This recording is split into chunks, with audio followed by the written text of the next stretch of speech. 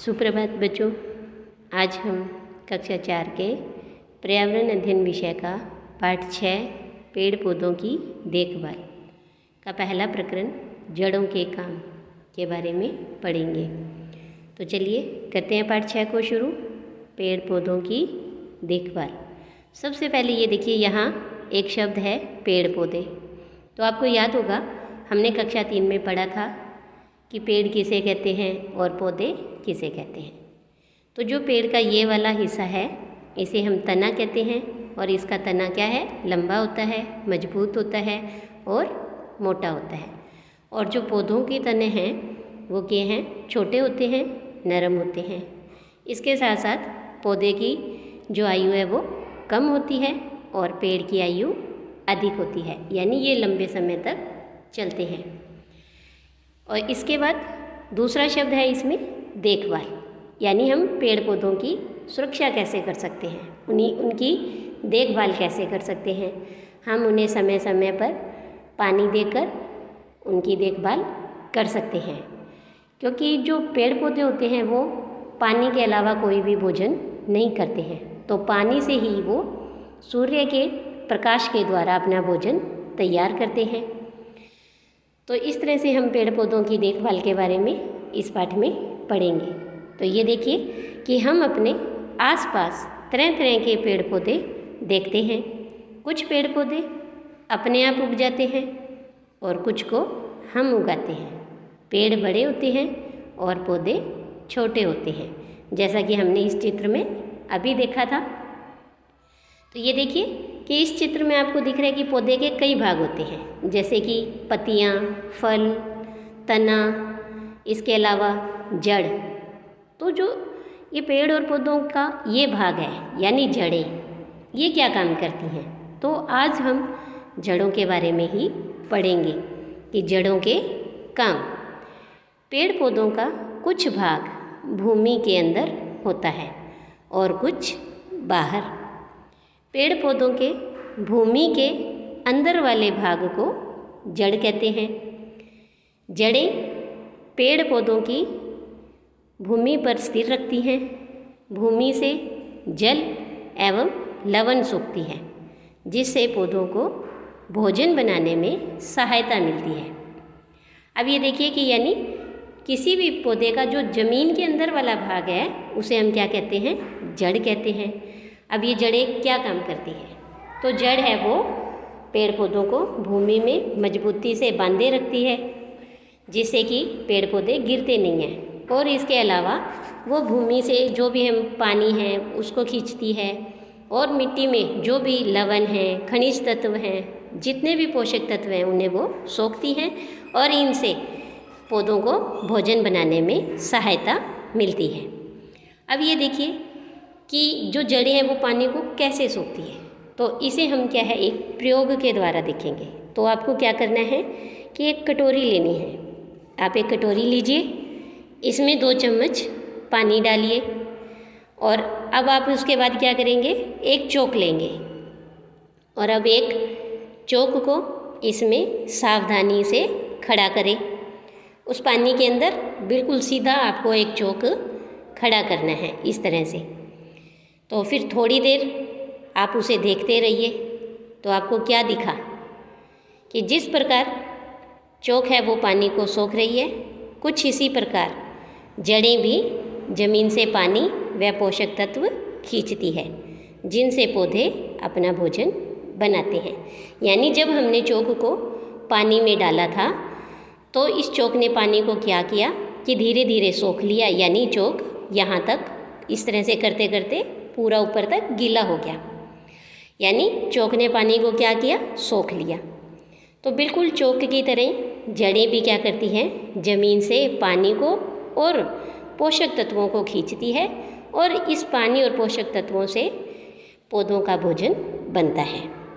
अब यहाँ देखिए कि आपको 2 चित्र दिखाई दे रहे हैं। चित्र एक में तो आपको दिख रहा है खेजड़ी का पेड़, जो कि हमारे राजस्थान का राज्य वृक्ष है, और ये हमारे लिए बहुत ही उपयोगी होता है। और चित्र 2 में है बरगद का पेड़। ये हमारे देश का, यानी हमारे राष्ट्र का राष्ट्रीय वृक्ष है। तो अब देखिए, जो खेजड़ी का वृक्ष है यह हमारा यानी राजस्थान का राज्य वृक्ष है। इसकी जड़ें काफ़ी गहराई तक जाती हैं और ये काफ़ी गहराई में जाकर पानी ढूंढकर सोख लेती हैं। और दूसरा जो चित्र आपको दिखाई दे रहा था वो था बरगद का। तो बरगद हमारा राष्ट्रीय वृक्ष है। बरगद के पेड़ की शाखाओं से निकली जड़ें लंबी होती होती ज़मीन तक पहुंचकर मिट्टी में चली जाती हैं। तो ये देखिए, जैसे ये पेड़ और ये इसकी कई शाखाएं। अब इन शाखाओं से क्या है, इस तरह से जड़ें हैं वो नीचे की तरफ लटक रही हैं, जिस पर बच्चे क्या हैं, झूल रहे हैं। और ये जड़ें लंबी होती होती नीचे ज़मीन तक चली जाती हैं। इसके बाद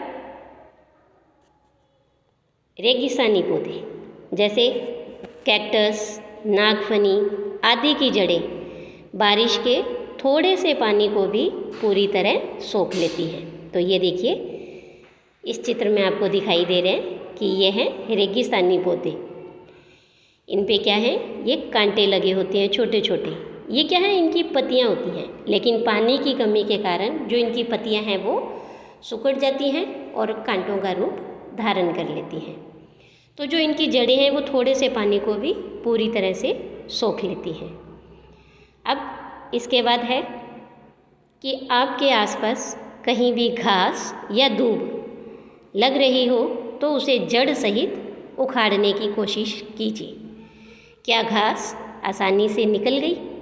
तो हम बोलेंगे हाँ, क्योंकि जब हम किसी भी छोटी सी घास को खींचते हैं तो वो आसानी से निकल जाती है, क्योंकि जो घास की जड़ें हैं, दूब की जड़ें हैं, वो पतली होती हैं, नाजुक होती हैं, एकदम मुलायम होती है।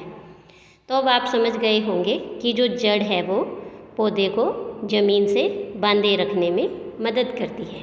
तो ये देखिए कि आपको यहाँ इस चित्र में भी दिखाई दे रहा है कि ये पौधे की जड़ है और ये जड़ें पौधे को ज़मीन में बांधे रखती हैं। लेकिन एक बात ध्यान रखें कि उखाड़ी हुई घास को फिर से ज़मीन में लगा दीजिए। घास के बाद आप एक प्रयोग और करना कि इसी तरह से आप अपने आसपास किसी सूखे हुए पौधे को जड़ सहित उखाड़कर उसकी जड़ों को देखिए और उसकी जड़ों का चित्र अपनी कॉपी में बनाने की कोशिश करें। तो ये देखिए कि यहाँ पर ये आपको एक सूखा पौधा दिखाई दे रहा है। आपको क्या लगता है कि यह पौधा क्यों सूख गया? हमें अनावश्यक रूप से पेड़ पौधों को नुकसान नहीं पहुँचाना चाहिए। अब देखिए, जैसे हमने देखा और पढ़ा कि जो जड़ें हैं वो ज़मीन से पानी को सोखती हैं, उसके पोषक तत्वों को सोखती हैं, जो भी मिट्टी में खनिज तत्व हैं, जल है, उन्हें सोखकर अपने लिए भोजन तैयार करती हैं।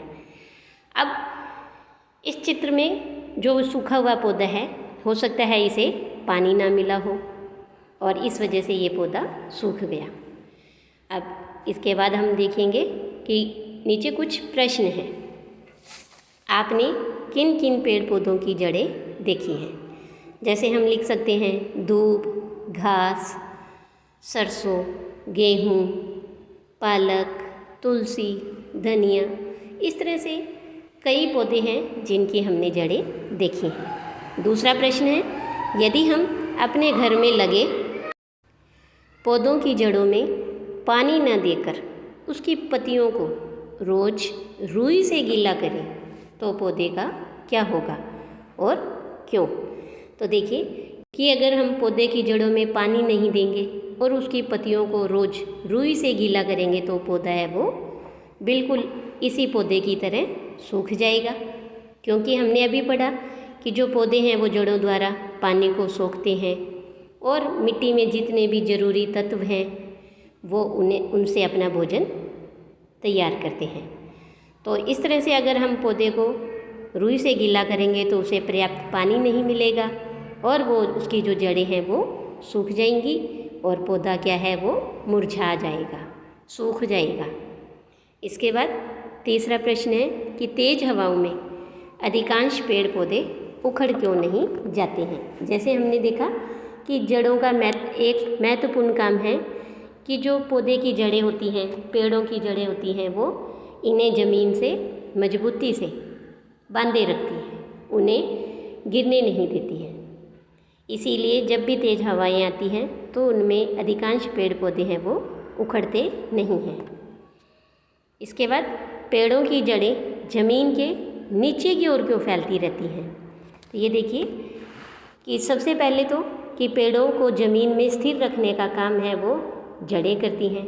इसके अलावा जो मिट्टी के अंदर, ज़मीन के अंदर पानी है, खनिज तत्व हैं, पोषक तत्व हैं, उन्हें वो सोखने के लिए, पानी की नमी को प्राप्त करने के लिए जड़ें ज़मीन में नीचे की तरफ फैलती हैं। और अंतिम प्रश्न है, क्या बरगद की लटकती जड़ें ज़मीन में पहुंचकर दूसरी जड़ों के समान कार्य करती होंगी? तो हमारा उत्तर होगा हाँ। जो बरगद की लटकती हुई जड़ें हैं वो जो ज़मीन में जड़ें हैं बिल्कुल उसी तरह से ही कार्य करती हैं। तो जड़ों के बाद हम पढ़ेंगे पौधे के दूसरे भाग तने के बारे में, कि जो पेड़ पौधे के तने हैं उनका क्या काम होता है। आज के लिए इतना ही। धन्यवाद।